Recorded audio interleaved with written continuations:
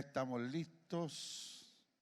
Vamos a comenzar este servicio de estudio bíblico en el nombre de nuestro Señor Jesucristo. Lo hacemos cantando la alabanza 136. Hay una iglesia en el bosque. Amén.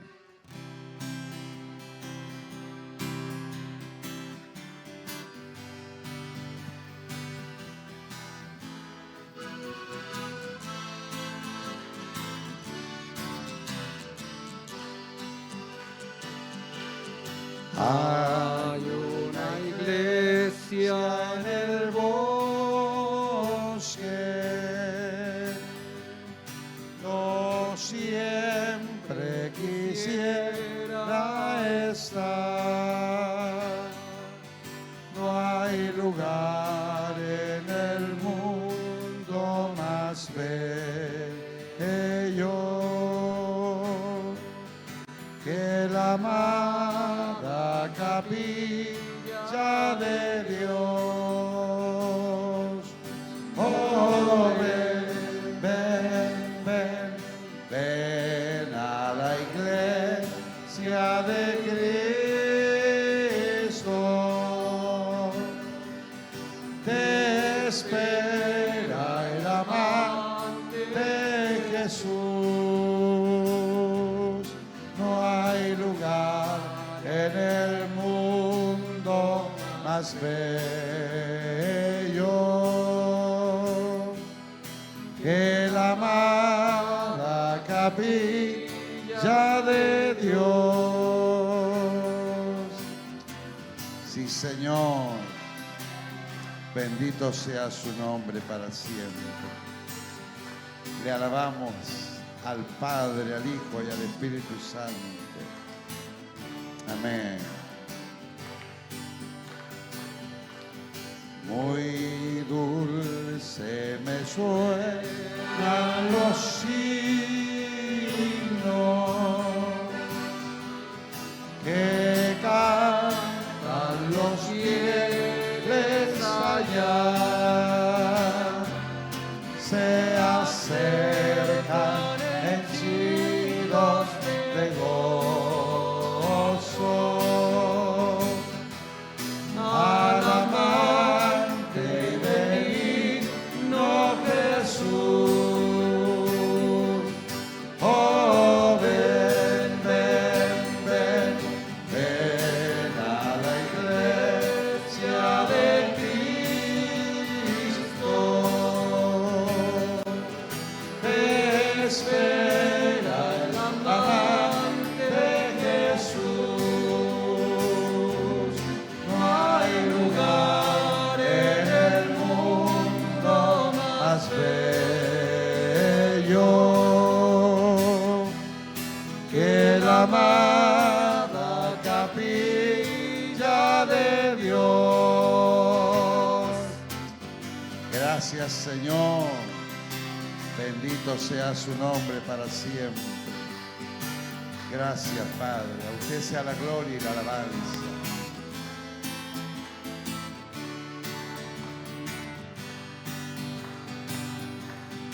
Oh, ven a la iglesia de Cristo, que amante te espera aún. No hay lugar en el mundo más bello que la amada capilla de Dios. Oh, ven, ven, ven, ven a la iglesia de Cristo. Te espera el amante Jesús. No hay lugar en el mundo más bello que la amada capilla de Dios. Gracias, Señor.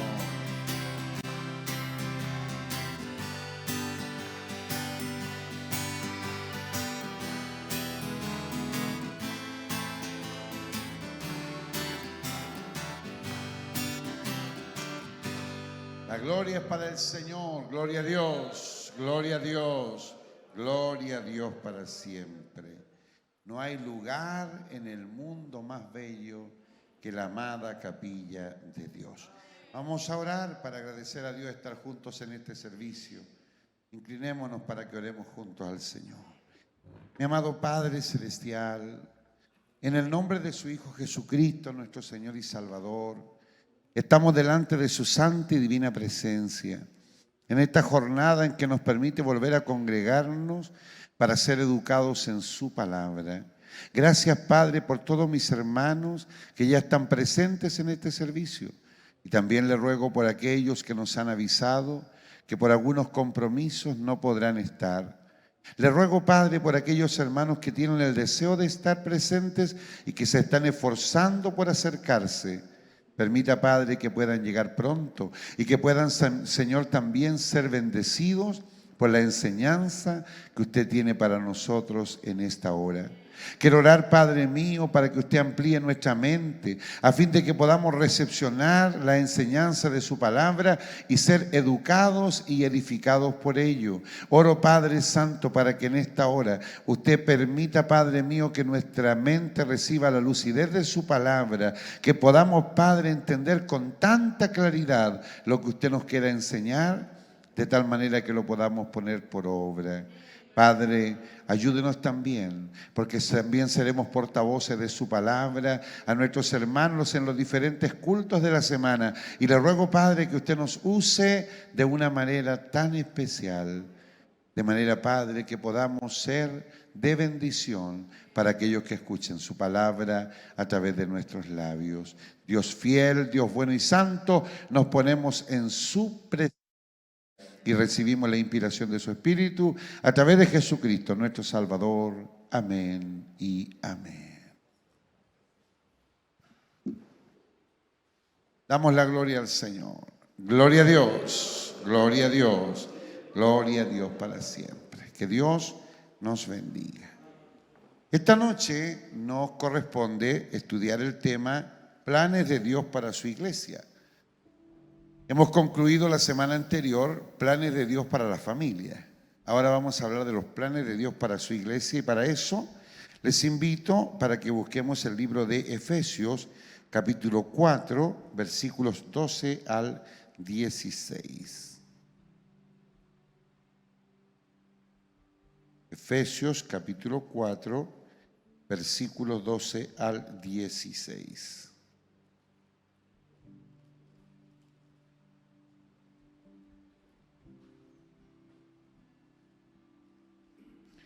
Si ya lo han encontrado, vamos a leerlo en forma alternada en el nombre de nuestro Señor Jesucristo. A fin de perfeccionar a los santos para la obra del ministerio, para la edificación del cuerpo de Cristo.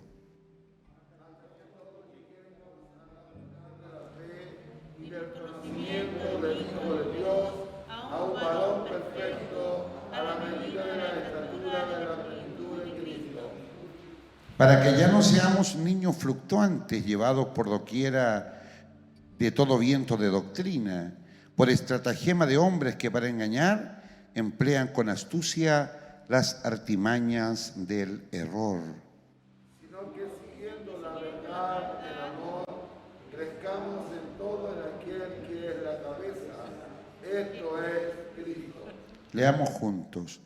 De quien todo el cuerpo, bien concertado y unido entre sí, por todas las coyunturas que se ayudan mutuamente, según la actividad propia de cada miembro, recibe su crecimiento para ir edificándose en amor. Que por su palabra seamos bendecidos. El plan de Dios para su iglesia. La iglesia la establece Jesús mismo y la establece como una comunidad de fe. ¿Qué es una comunidad de fe? un lugar donde cohabitan personas que piensan lo mismo, pero que no hacen lo mismo, sino que se colaboran entre ellos para completar un cuadro perfecto, que es lo que ha dicho o lo que dice esta lectura. Este cuadro que está a mis espaldas, ustedes saben qué es lo que es. Es un cuadro que muestra el Cerro de Lonquén mirado desde acá. ¿Ustedes sabían eso? Sí, los más hermanos antiguos saben eso. Y todos saben que este cuadro representa eso, pero no podríamos poner solo al caballero que está arando sin poner la tierra que está siendo arada. ¿Verdad que sí? Porque si no diríamos, qué raro, ¿qué está arando el caballero? Si tuviéramos solamente un cuadro con el color celeste, diríamos que parece alguien que estuviera arando en el cielo. Entonces todo tiene que tener un lugar y un espacio para que provoque una armonía. Eso es la iglesia, una comunidad de fe. Jesús establece la iglesia, y aunque no vamos a hablar inmediatamente de esto, en el libro de Mateo capítulo 16, versículo 18, a partir de una declaración que hace el apóstol Pedro. Y la pregunta de Jesús fue, ¿y quién dicen ustedes que soy? La respuesta de Pedro es, tú eres el Cristo, el Hijo del Dios viviente. Y luego de eso dijo Jesús, no te lo reveló carne ni sangre, ¿cierto? Y la verdad sobre la cual se funda la iglesia es la verdad de la proclamación de Pedro. Tú eres el Cristo, el Hijo del Dios viviente. Algunas citas para ejemplificar qué es la iglesia. Colosenses 3, versículo 16. Si quiere las va anotando o si quiere las va leyendo, ¿ya? Si quiere las va buscando en su Biblia. Si ustedes tienen el libro de estudio, todas estas citas no salen allí, pero vamos a ir estudiando. Dice, la palabra de Cristo more en abundancia en vosotros. Una de las cosas que ocurren dentro de la iglesia es estudiar la palabra del Señor. Y el momento del mensaje tiene que ser el centro del culto. Esto ya lo hemos conversado muchas veces, ¿cierto? Y a veces nosotros equivocadamente posicionamos el momento del mensaje en un momento en que ya se han prolongado los tiempos.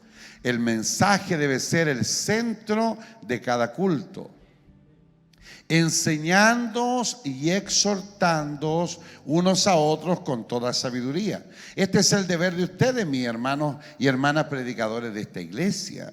Nosotros tenemos el deber de estudiar la palabra para enseñar.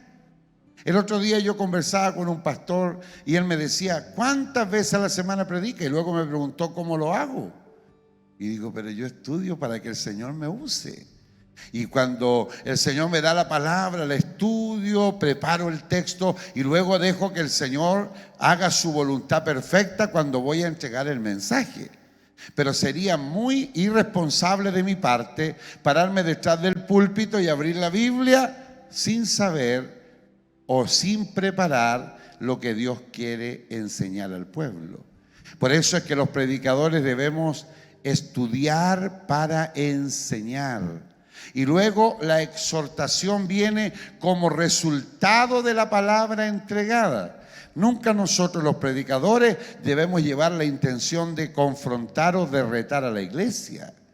Porque el que tiene que tratar con la iglesia es el Señor. Él lo hará por su palabra, pero no debe ir cargada de una cuota de enojo que nosotros podríamos tener por algún motivo. Continúo. Cuando exhortemos y enseñemos debe ser en toda sabiduría. Todos sabemos que el principio de la sabiduría es el temor al Señor. Por lo tanto, cuando yo tengo sabiduría es porque la he pedido al Padre y Él me ha dado sabiduría para interpretar su palabra. Pero dice algo más la iglesia. Mire qué lindo, ¿eh? Otra cosa que ocurre en la iglesia es que se canta, ¿cómo? Cantando con gracia, dice. No cantar por cantar, como decía una cantante, ¿cierto? Cuando a veces tomamos una alabanza y la cantamos sin pensarla, no sale muy bien. O a lo mejor no se escucha muy bien porque no le añadimos la gracia. La gracia tiene que ver con saber por qué cantamos lo que cantamos. Entonces, cuando esta tarde hemos comenzado este estudio diciendo hay una iglesia donde yo siempre quisiera estar, estamos introduciéndonos a la palabra que hoy día íbamos a compartir. Un lugar, no hay un lugar en el mundo más bello que la amada capilla de Dios. Cantando con gracia en vuestros corazones. ¿A quién le cantamos? ¿A quién? Al Señor, dice. ¿Cierto? Pero alguien va y me dice, oiga, le salió malito la alabanza. ¿A quién le canté? ¿Al que me escuchó que le salió mal? No, sino le canté a Él, le canté al Señor. Y si Él acepta mi alabanza, entonces a lo mejor no tendré la mejor voz. Cantando al Señor en vuestros corazones. Cantando con gracia en vuestros corazones al Señor, con salmos e himnos y cánticos espirituales. Me detengo aquí un momento. Somos una comunidad de fe, pero no tenemos que traer la música del mundo para interpretarla en la iglesia. No porque una música sea popular, necesariamente tiene que ser para adorar a Dios. Una de las músicas populares que ha habido en este tiempo es el reggaetón. Y aquí en la iglesia no cantamos reggaetón, porque no la sentimos que sea para alabanza del Señor. Debemos hacerlo con cánticos espirituales. Que Dios nos bendiga. Otra cita bíblica está en el libro de Hechos, capítulo 2, versículos 46 y 47. ¿Qué es la iglesia? Esta iglesia que establece la manifestación del Espíritu Santo. ¿Cómo vivía la fe la iglesia primitiva? ¿Cómo vivía esa comunidad de fe? Perseverando unánimes. ¿Qué significa unánimes? En un espíritu. Que pensaban lo mismo, que todos deseaban ir al templo. Perseverando unánimes cada día en el templo y partiendo el pan en las casas. Comían juntos con alegría. Y mire qué lindo esto, con sencillez de corazón. Y la sencillez de corazón tiene que ver con compartir con alegría. Si usted tiene algo importante que comer o algo pequeñito que comer, lo importante es que se coma con sencillez de corazón, no intentando enrostrar a otro que mucha usted que es pobre, ¿no? No, porque la comida es una bendición de parte del Señor. El versículo 47 dice, alabando a Dios, la comunidad de fe no se reúne para hablar de otra cosa. A veces tenemos que tratar temas administrativos y a veces tenemos que hablar de temas que a lo mejor no son tan espirituales, pero siempre tiene que tener como sentido alabar a Dios. ¿Cómo lo hacemos cuando hay un funeral? ¿A quién le damos la gloria en un funeral? ¿Al muerto? ¿A la familia doliente? No. La gloria siempre tiene que ser para el Señor. Alabando a Dios y teniendo favor con todo el pueblo. Este es el resultado de una comunidad de fe. Una comunidad de fe está tan inserta en el pueblo que cuando el pueblo lo requiere, encuentra en la comunidad de fe un espacio. Amados, estaba haciendo memoria. Hoy día tenemos el templo de Lonquén mucho más habilitado. Pero recuerdo hace unos años atrás nos pidieron el local de Lonquén para hacer un velorio. Y era chiquitito, ¿se acuerda, hermano Manuel? Y la puerta era angostita. Y ahí estuvimos, facilitando lo que teníamos para poder hacer ese velatorio. Queridos hermanos, la comunidad tiene que sentirse parte de la congregación. La comunidad no tiene que sentirse ajena. Porque la iglesia es una comunidad de fe y la comunidad que nos rodea debe sentir que la iglesia, que puede contar con la iglesia, teniendo el favor de todo el pueblo. Y aquí tiene otro resultado de una comunidad de fe. El Señor añadía cada día a la iglesia los que habían de ser salvos. Que Dios nos ayude para que eso comience a pasar en este tiempo. Porque es verdad que llegan almitas nuevas, pero no cada día. Ojalá, que sería lindo, ¿eh? Que sería lindo que todos los cultos llegaran a una almita nueva y se quedara, oiga. Alguien que no conozca a Cristo y recibir a Cristo como su Señor y Salvador. Una siguiente cita bíblica, no sé si ya lo leí, Efesios 5, versículos 25 y 26. No lo he leído todavía. Efesios 5, 25 y 26. Miren, este lo usamos la semana anterior para hablar de la esposa y de los esposos. Pero ahora hacemos la comparación, dice, a marido, amad a vuestras mujeres. Hasta ahí, eso es de otro tema. Pero así como Cristo amó ¿a quién? A la iglesia. Una comunidad de fe debe saber que existe porque Cristo la amó. Y no solo la amó, sino que se entregó a sí mismo por ella. Cuando yo entiendo ese nivel de entrega, no puedo menos que entender que Dios tiene en su mira a la iglesia como a la niña de sus ojos.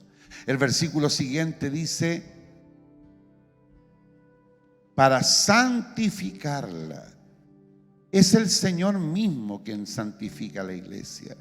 La iglesia no se puede santificar por sí misma. El Señor la santifica, habiéndola purificado en el lavamiento del agua por la palabra. Entonces lo que opera en la iglesia es la palabra.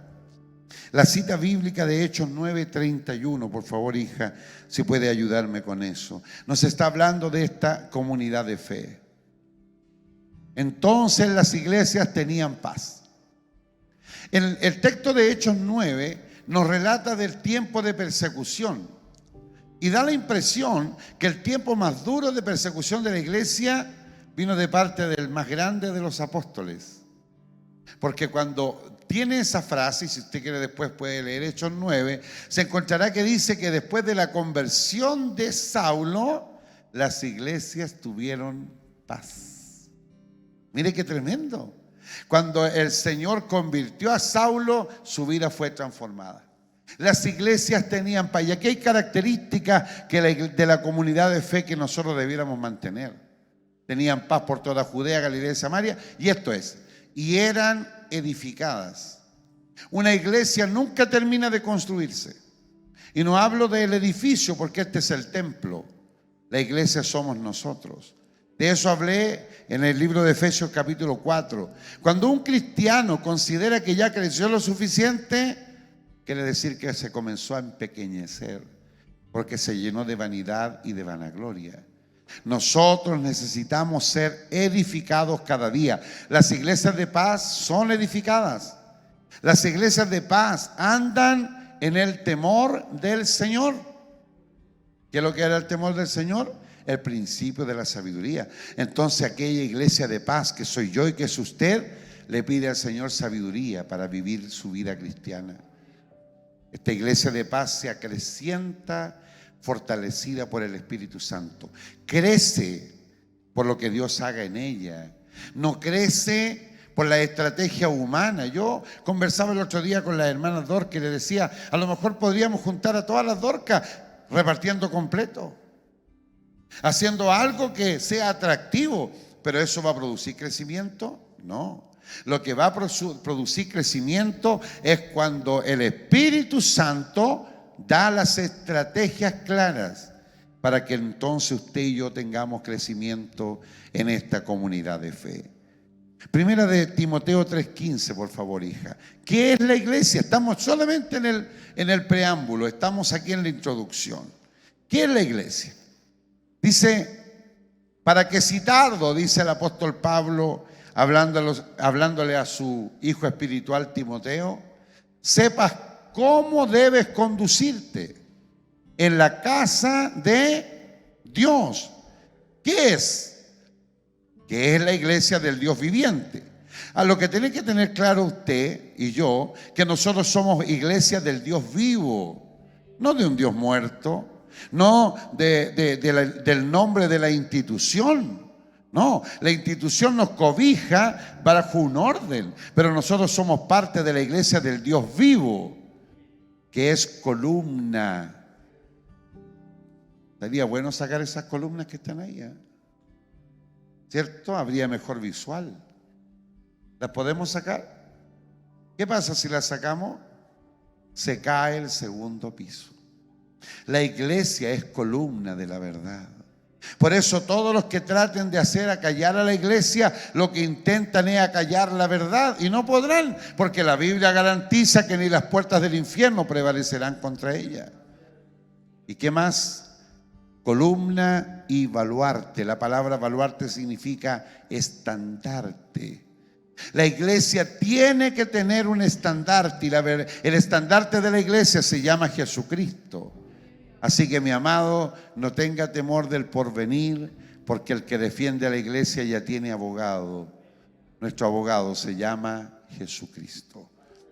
A modo de introducción, le he leído todas estas citas bíblicas para decirles que esto es la iglesia, una comunidad de fe. Para que nosotros seamos parte de la iglesia, no solo debemos estar aquí, sino que tenemos que vivir intensamente el proceso de la iglesia. Comprender que Dios y quienes nos lideran, educan y preparan a su iglesia a través de su palabra para que cumpla la gran comisión. Ustedes, mis hermanos predicadores, tienen que motivar a la iglesia a cumplir la gran comisión. Ustedes deben ser los que estén en las calles predicando. Tuve el domingo la bendición de estar en una predicación junto a mi hermana Guillermina y su hija Anita, Belén. Y que me gocé escuchando a la hermana Guillermina con qué energía predicaba la palabra. Gracias al Señor. La iglesia no puede guardar silencio. Ya hubo un tiempo largo en que no se pudo predicar, y es posible que vengan nuevos tiempos para que tengamos que suspender las prédicas. Entonces hay que aprovechar ahora. Y ustedes tienen que motivar a la iglesia. Pero la mayor motivación son ustedes mismos. Porque yo no saco nada con enseñarle esto si usted a mí no me ha visto nunca en una prédica en la calle. No sirve de nada que yo les enseñe lo que yo no hago. Que Dios nos bendiga. Ser miembro de la congregación no es suficiente garantía para un creyente. Sí lo es tener absoluta conciencia de que Jesús ganó la iglesia a precio de sangre. Eso nos dice Hechos 20:28. Si lo puedes poner por allí, hijita, por favor. Mi amado, el precio pagado por la iglesia es el máximo precio que se podía pagar. Hechos 20:28 dice: por tanto, mirad por nosotros, o por vosotros, perdón, y por todo el rebaño en que el Espíritu Santo os ha puesto por obispos, dice allí. Pero esto se lo está diciendo a los obispos, nosotros nada que ver. Es que esa palabra hay que interpretarla, porque obispos significa líderes, y todos nosotros en alguna medida tenemos una responsabilidad que compartimos para apacentar la iglesia del Señor. ¿Y qué dice luego? La cual Él ganó por su propia sangre. Nosotros tenemos hermanos y pastores y obispos que han dado tanto por nuestra iglesia, particularmente nuestra iglesia pentecostal de Chile. Y si hacemos un poquito de historia, podríamos aquí hablar de un gran líder como fue nuestro obispo Enrique Chávez Campos. Pero él no pagó el precio de la iglesia.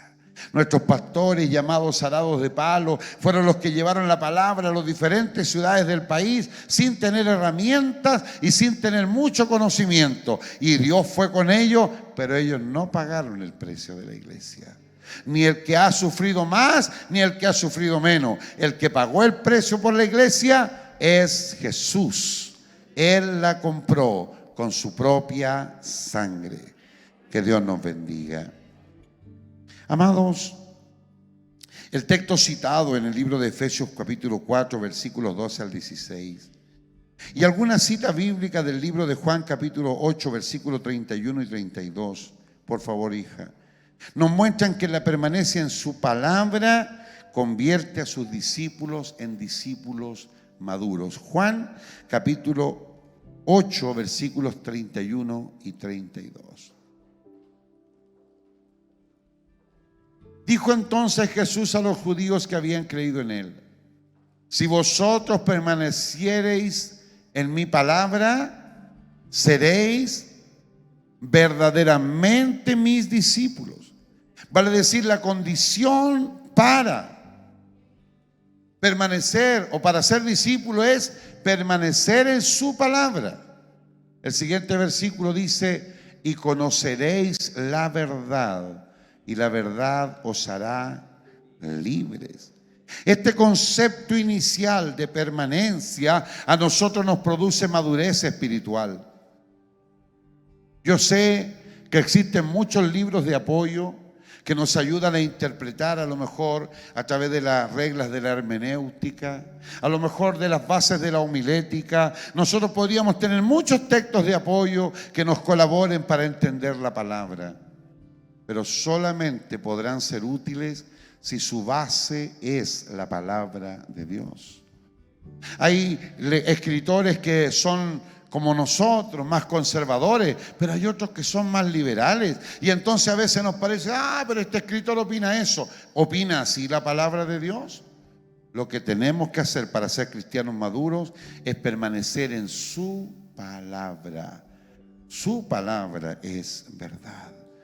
En Gálatas capítulo 5, versículo 1, el apóstol Pablo aconseja de la misma manera: estad pues firmes con la libertad con que Cristo nos hizo libres, y no estéis otra vez sujetos al yugo de esclavitud. ¿Qué es lo que esclavizaba a los judíos? Una ley que imponía sobre ellos cosas que no eran bíblicas. ¿Sabe? A veces nosotros nos exageramos y nos ponemos legalistas y queremos imponer a la iglesia cosas que la Biblia no dice. Los fariseos habían interpretado de tal manera la ley que Jesús los confronta, y no quiero entrar en ese tema, pero como un ejemplo podría decirle que Jesús llama a los fariseos sepulcros blanqueados, y otra palabra más fuerte, ¿se acuerdan? Hipócritas. Que Dios nos ayude a nosotros, porque si nosotros vivimos en la palabra, seremos cristianos maduros. Estar firmes en la libertad con que Cristo nos hizo libre. ¿Qué pasa cuando no estamos firmes? Estamos inestables. El texto citado en el libro de Efesios capítulo 4, los versículos 12 al 16, pero particularmente el 14, dice: para que ya no seamos niños fluctuantes, que andemos para acá y para allá. Hermano amado, a veces nos dejamos influenciar. Hoy día la comunicación tiene tanta información y a veces nos volvemos admiradores de alguien que nos entrega una enseñanza y nos quedamos viendo todos un mensaje y no discernimos cuando aquel mensaje no es precisamente de Dios. Que Dios nos ayude. ¿Y que nos volvemos? Niños fluctuantes. Pero ¿será verdad que el infierno existe o no? Es que nadie lo ha visto, pero la Biblia dice que sí existe. ¿Y dónde estará? ¿Se acuerdan lo que nos enseñó el hermano Vial del infierno? Él dijo que él sabía dónde estaba el infierno. El infierno, dijo el hermano Julio Vial, está al final de una vida sin Cristo. No necesitamos ubicar un lugar en el espacio para reconocerlo, sino que tenemos que entender que sí existe, aunque otros digan que no. La palabra del Señor así lo enseña. Entonces, cuando andamos como niños fluctuantes, cualquiera trata de suavizarnos nuestro comportamiento, entonces después hacemos lo que queremos. Y un día andamos para allá y otro día para acá. El Señor no quiere eso. El Señor quiere que en nosotros haya estabilidad emocional. Una iglesia madura tiene estabilidad emocional. Que Dios nos ayude. En el libro de Proverbios capítulo 14, versículo 15, por favor, hija.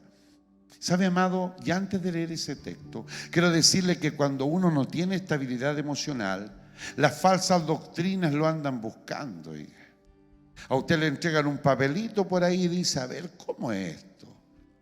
A usted le entregan un documento o alguien le manda un link y usted lo ve. Mira, a lo mejor es verdad. Entonces usted duda de lo que usted fue formado. Nosotros no estamos jugando con la doctrina de la iglesia. Esta iglesia tiene más de 70 años. ¿Se acuerdan delante que les leí un texto donde dice que la iglesia es pilar y baluarte de la verdad? Las doctrinas de la iglesia son los pilares de la iglesia. Si usted a una iglesia le saca la doctrina, la iglesia se cae. Por eso es que la iglesia no puede cambiar lo que ha vivido en todos estos 70 y tantos años de historia. Nuestra iglesia está cumpliendo ahora 75 años desde su formación. Y Dios ha estado con nosotros en estos 75 años. ¿Se imagina que a esta altura quisiéramos cambiar nuestros puntos doctrinales?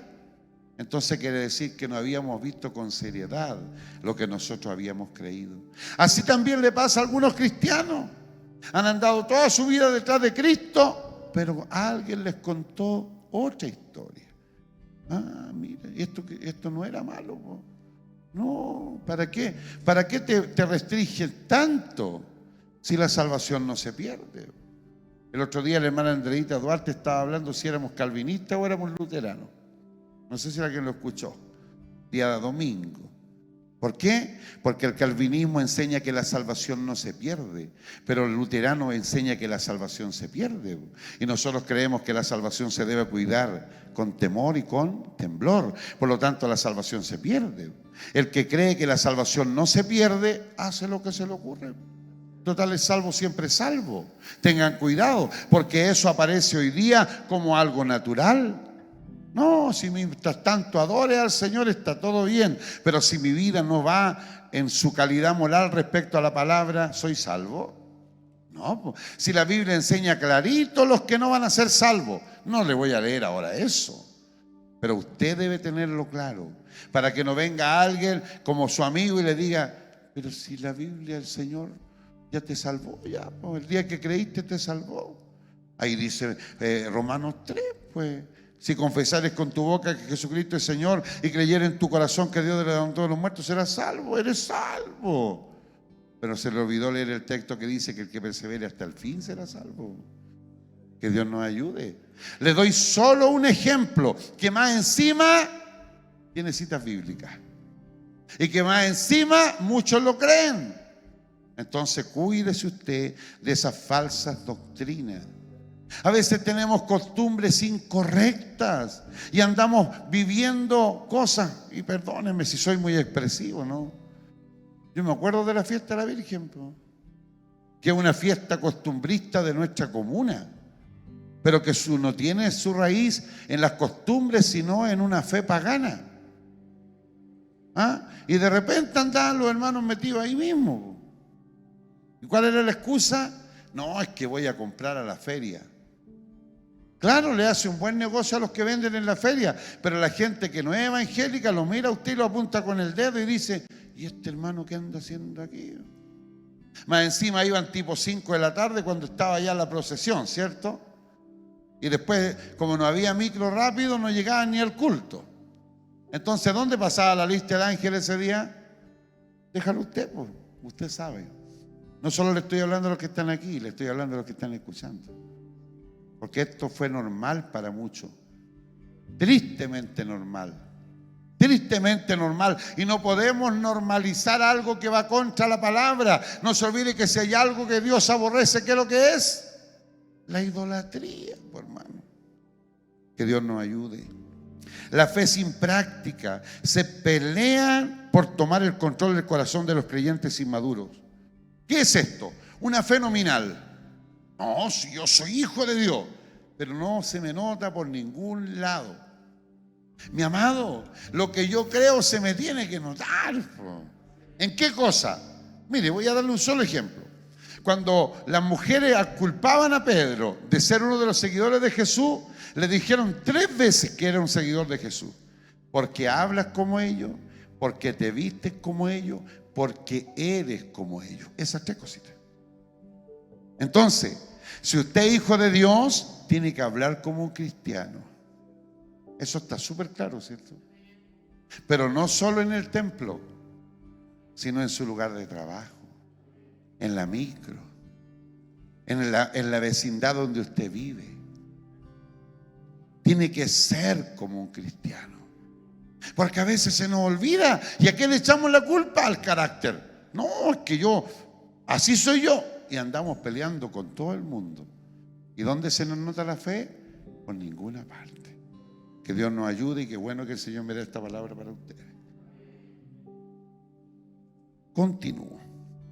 Les di una cita bíblica, ¿cierto? Proverbios 14:15. El simple todo lo cree, mas el avisado mira bien sus pasos. Yo estoy consciente que nosotros tenemos una fe simple, pero no por eso no sólida.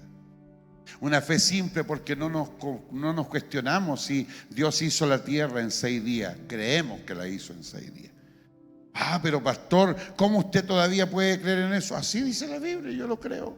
Y no me complico. La Biblia dice que se abrió el mar rojo y yo lo creo. Punto. La Biblia dice que se detuvo el sol porque Josué oró a Dios y yo creo que el sol se detuvo. Eso. Pero no creo cosas que hoy día se pueden inventar.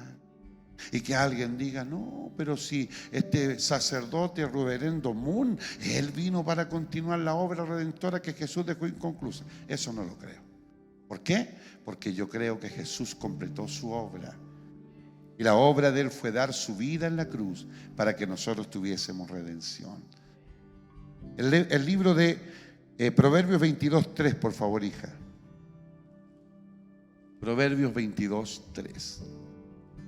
El avisado ve el mal y se esconde, mas los simples pasan y reciben el daño. ¿Cuántas veces, amado, hay gente que nos quiere confrontar para puro jodernos la fe nomás? ¿Sí o no? Mire, con respeto, pero yo a los testigos de Jehová no le tengo ni un miedo. ¿Por qué les voy a tener miedo? Si ellos no conocen a Cristo. Ellos son testigos de algo que no conocen. Y yo soy testigo de algo que sí conozco. Recuerdo cuando yo era jovencito, 20 y algo años, fuimos allá a Buina a evangelizar y tratamos de entregarle un tratado a un caballero y nos retó. Y dijo, ¿qué andan hablando ustedes que ni conocen? Entonces nos quedamos medio callados. No era tan niño porque ya tenía más de 20, pero jóvenes. Y él nos confrontó y dijo, ustedes no han tenido ni una experiencia, ¿qué andan haciendo? Y yo le conté que el Señor me había sanado. Y yo le dije, ¿sabe? ¿Le puedo contar algo? Y le conté mi experiencia de sanidad. Y me miró y me dijo, usted sí puede hablar. Después me di cuenta que era un cristiano descarriado de haber sido, porque un cristiano de verdad no anda retando a los demás. No, un cristiano de verdad lo estimula y le dice qué lindo que ande entregando tratados.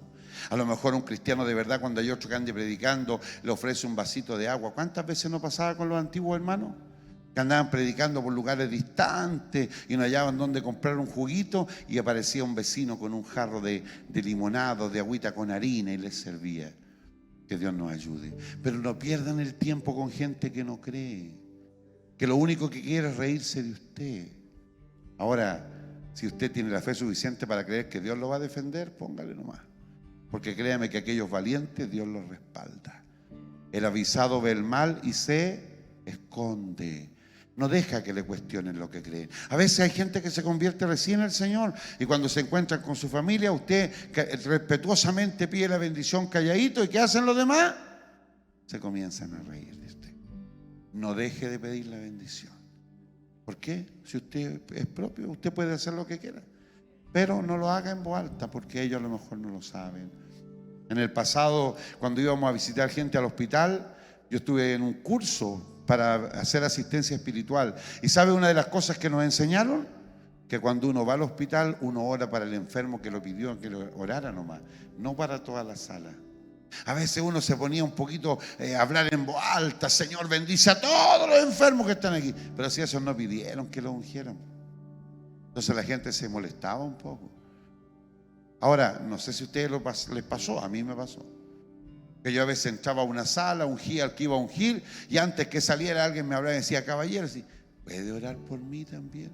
Perfecto, me volvía para allá. Y después, antes que me fuera, porque ya como que empieza a crecer la fe, oiga, pues ore por mí. Y al final uno a veces terminaba orando por todo, pero individualmente. Que Dios nos ayude. Está bonito la enseñanza, amado.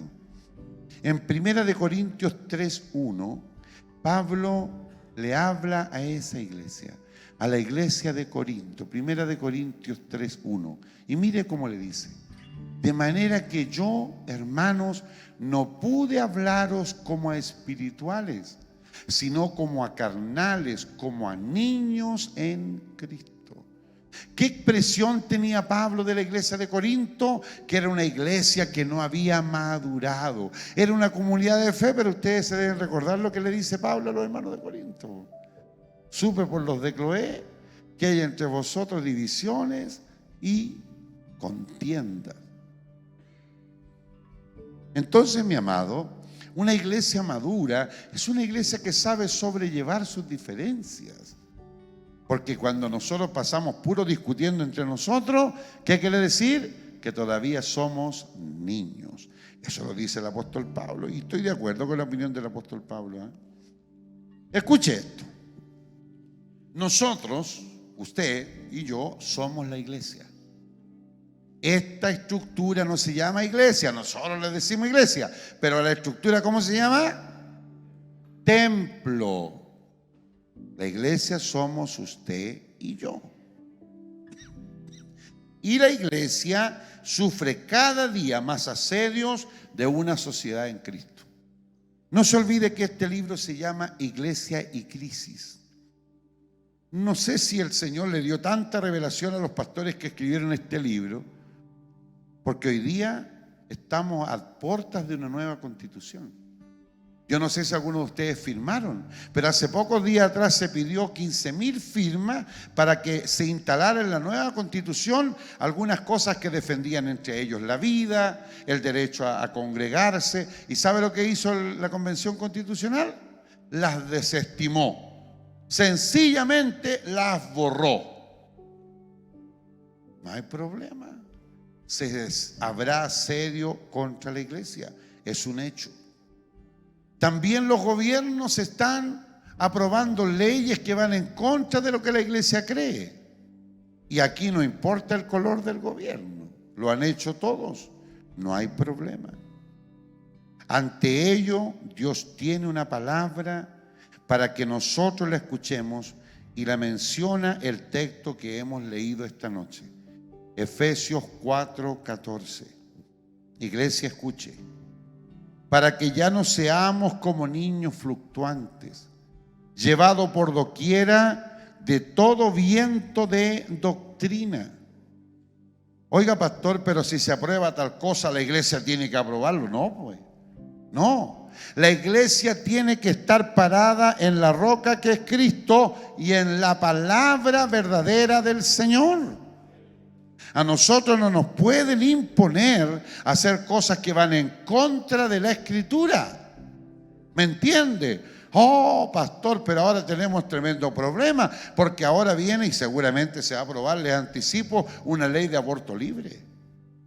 Sí, donde una mamita con 30 y tantas semanas podrá abortar. Eso es un asesinato, derechamente. Ah, pastor, pero es que yo tengo una hija y quiere hacer eso. Ah, porque su hija, usted le va a aprobar algo que va contra la palabra de Dios. Bueno, usted tendrá que rendirle cuenta al Señor por eso. Y yo también responsablemente tendré que hacerlo. Que Dios nos ayude. El apóstol Pablo nos aconseja: por estratagemas de hombres que para engañar emplean con astucia las artimañas del error. O sea, se aprobó una convención para hacer la constitución. ¿Estamos amarrados, no? No estamos amarrados. Porque cuando la constitución esté lista, otra vez vamos a votar nosotros. Y este país decidirá si aprueba o no aprueba lo que los convencionalistas escribieron. Y ahí es donde usted tendrá que definirse. Porque a veces, lamentablemente, y lo digo desde aquí responsablemente, nos importa más el color político que lo que la Biblia diga. Y eso es muy peligroso. Porque mi guía directa no es el partido al cual yo tengo afinidad. No, mi guía correcta es la palabra de Dios. Y si esa nueva constitución va en contra de la palabra, mi única alternativa es rechazar. Ni siquiera es pensarlo. Que Dios nos ayude. Me estoy adelantando, ¿ah? Pero la verdad es que pienso que para allá va la cosa. Que Dios nos bendiga. El apóstol Pablo nos está dando este consejo. Tenemos que dejar de ser niños fluctuantes.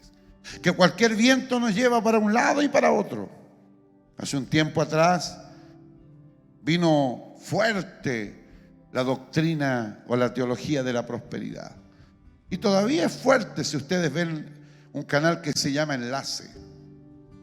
Hay predicadores ahí que son famosos, con templos extraordinarios. Pero escucha los mensajes, pues, amado. ¿Alguna vez le han hablado allí que existe el pecado? No, porque eso no es popular. ¿Le han hablado que el infierno existe? No, no. Ahí la intención de ese mensaje simplemente es mantenerlo a usted motivado, que usted salga contento a la vida, ¿eh? Pero nunca nos ordenan el camino, porque esa es una manera de ser iglesia. Conozco también el trasfondo, pero no es mi intención hoy día desacreditar a nadie.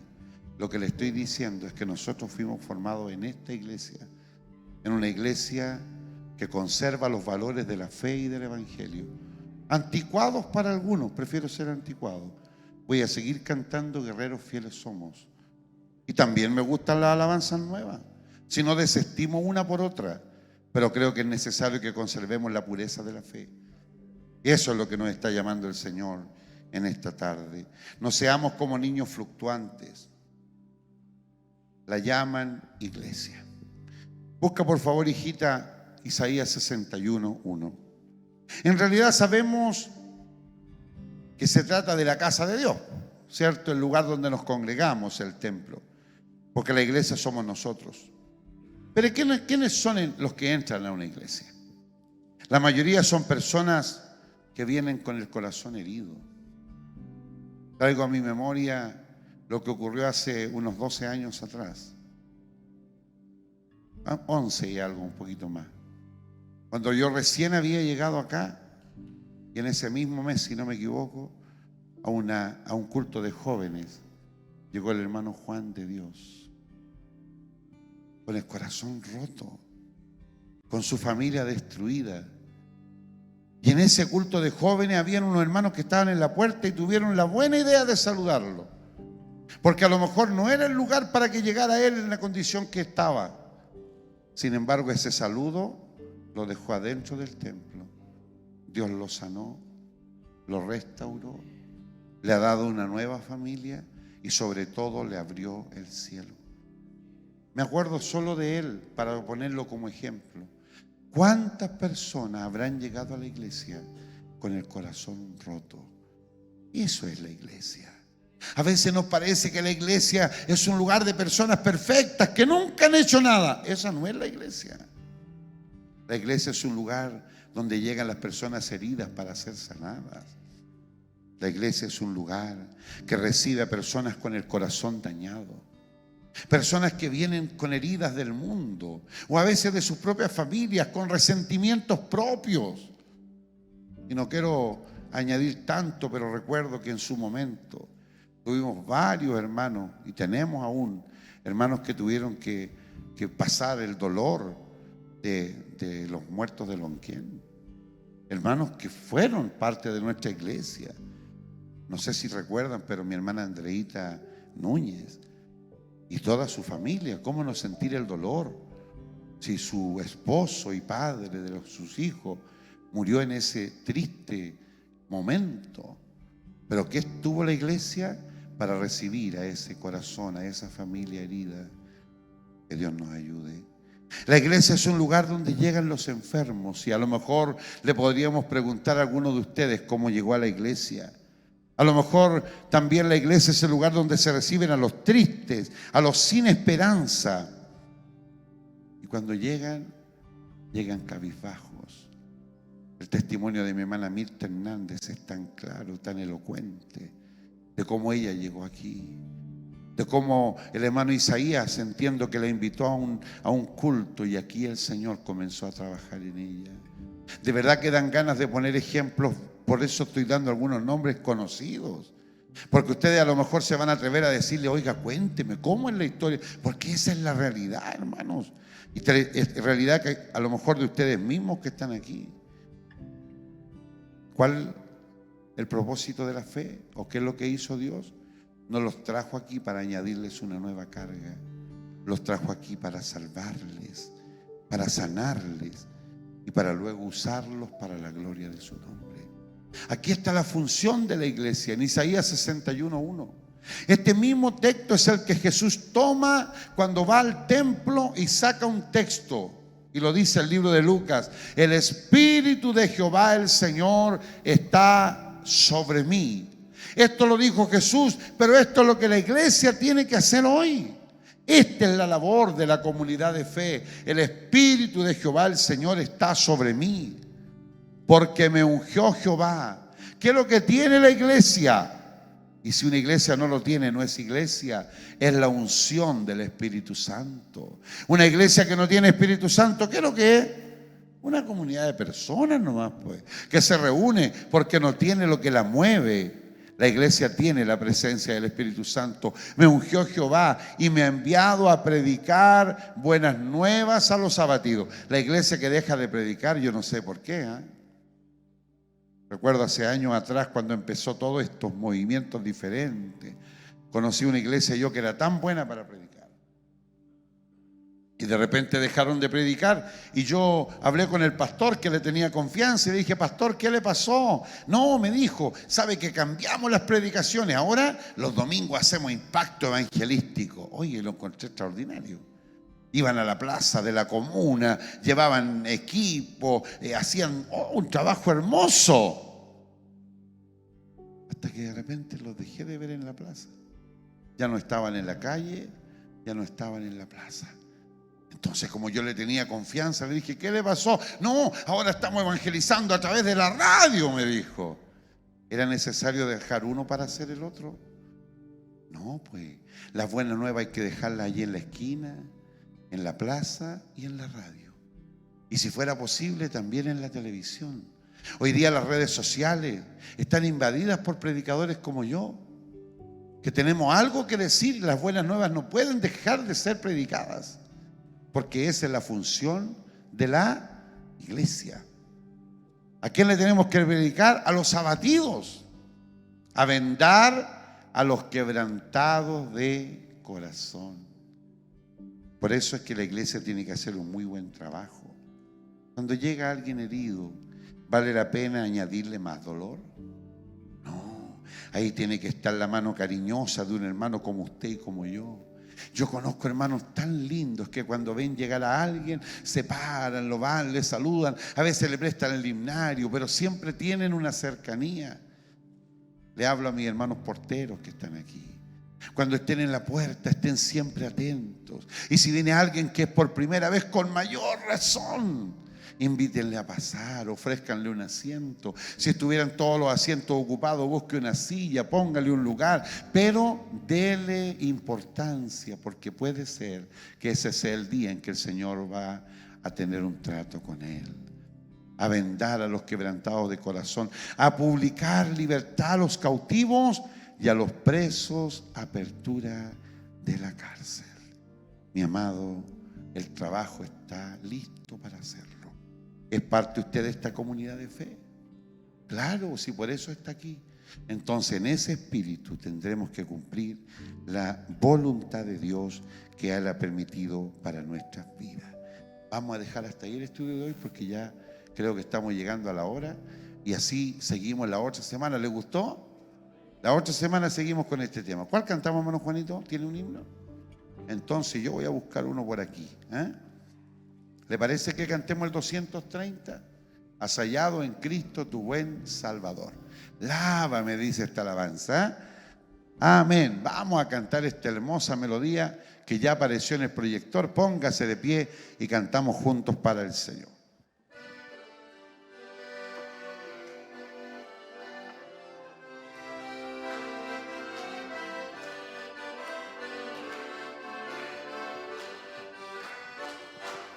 Has hallado en Cristo tu buen Salvador. Eres salvo por la sangre de Jesús. Por la fe descansas en el Redentor. Eres salvo por la sangre de Jesús. ¿Puedes decir conmigo? Lávame, lávame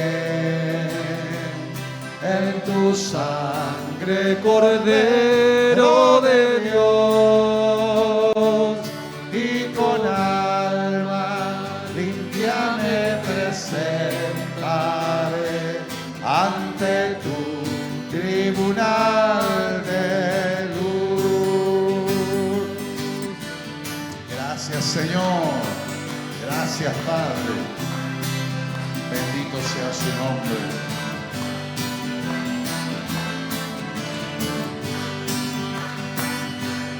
Vive siempre al lado de tu Salvador. Eres salvo por la sangre de Jesús. Del pecado eres siempre vencedor. Eres salvo por la sangre de Jesús. Lávame, lávame en tu sangre, Cordero de Dios, y con alma limpia me presentaré ante tu tribunal de luz. Estaremos cantando en el Espíritu, con gozo, como dice la palabra que hemos estudiado esta tarde. Así espero que sea. Amén. Tercera estrofa. Cuando Él viniere, te encontrarás ya lavado por la sangre de Jesús. Para su venida preparado estás, ya lavado por la sangre de Jesús. Lávame, lávame en tu sangre, Cordero de Dios, y con alma limpia me presentaré ante tu tribunal de luz. Gloria a Dios, bendito sea su nombre. Gracias, Padre.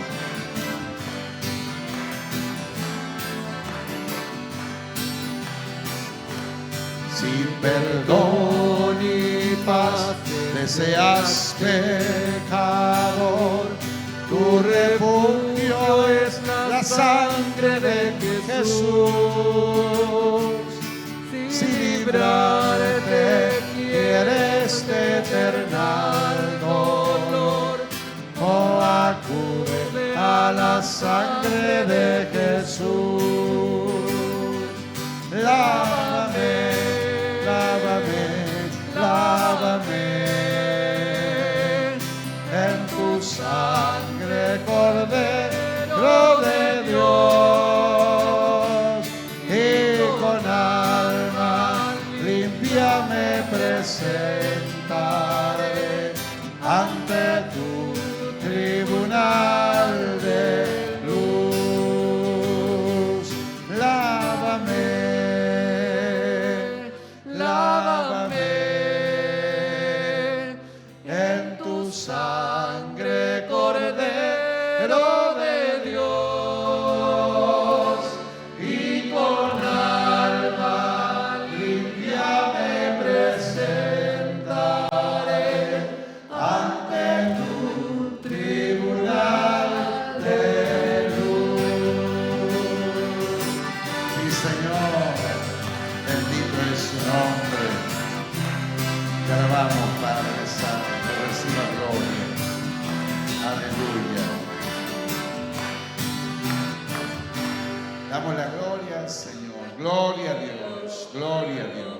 Gloria a Dios para siempre. Que Dios les bendiga.